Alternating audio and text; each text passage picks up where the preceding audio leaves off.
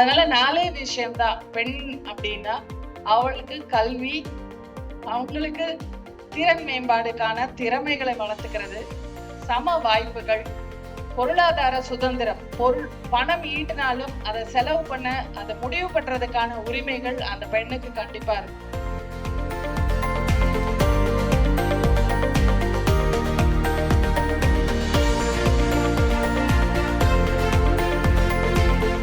அதே மாதிரிதான் நம்மளும் பிறந்த குடும்பம் ஒரு ஏழ்மையான குடும்பமா இருக்கலாம், நடுத்தர குடும்பமா இருக்கலாம்.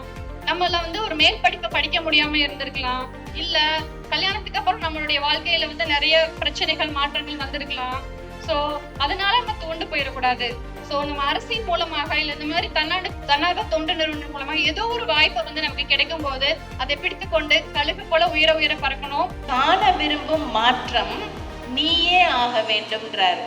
அதாவது நாம என்ன மாறணும்னு நம்ம எதிர்பார்க்கிறோமோ அந்த மாற்றம் நாம ஆகணுமா? சரியா?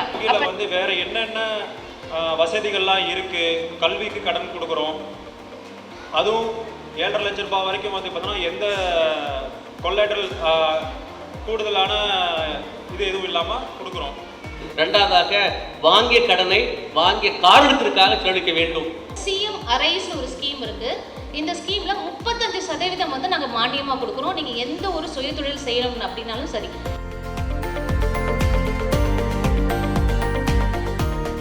நீங்க சுயதொழில் மூலமாகவோ அல்லது உங்களுடைய வேலைகளிலே திறன் பயிற்சி பெற்று, திறன் பயிற்சிக்கு வயது தடை இல்லை, 55 வயசு வரல திறன் பயிற்சி தர்றாங்க.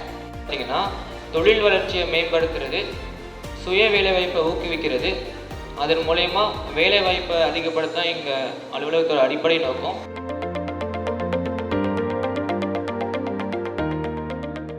வருவாய்த்துறை கொடுத்துருந்தா என் வருவாய்த்துறை பொதுவாக இட்டக்கோப்பாக தனது எதுவானாலும் அப்ளை பண்ணலாம்.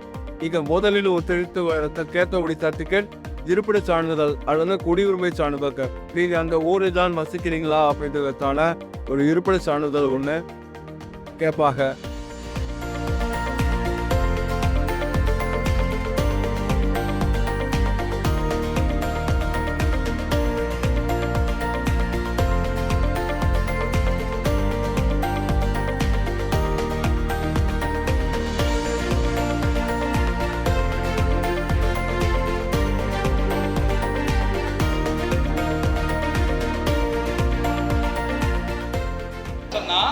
வாழ்க்கையில உங்களுக்கு உதவி செய்யறதுக்கு ஆளுங்க இருக்காங்க அப்படி நம்புறவங்க மட்டும் கை தட்டுங்க. சவுண்ட் வரலையே? கண்டிப்பா உன்னுடைய வாழ்க்கையில ஒரு மாற்றம் வரப்போகுது. சரிங்களா?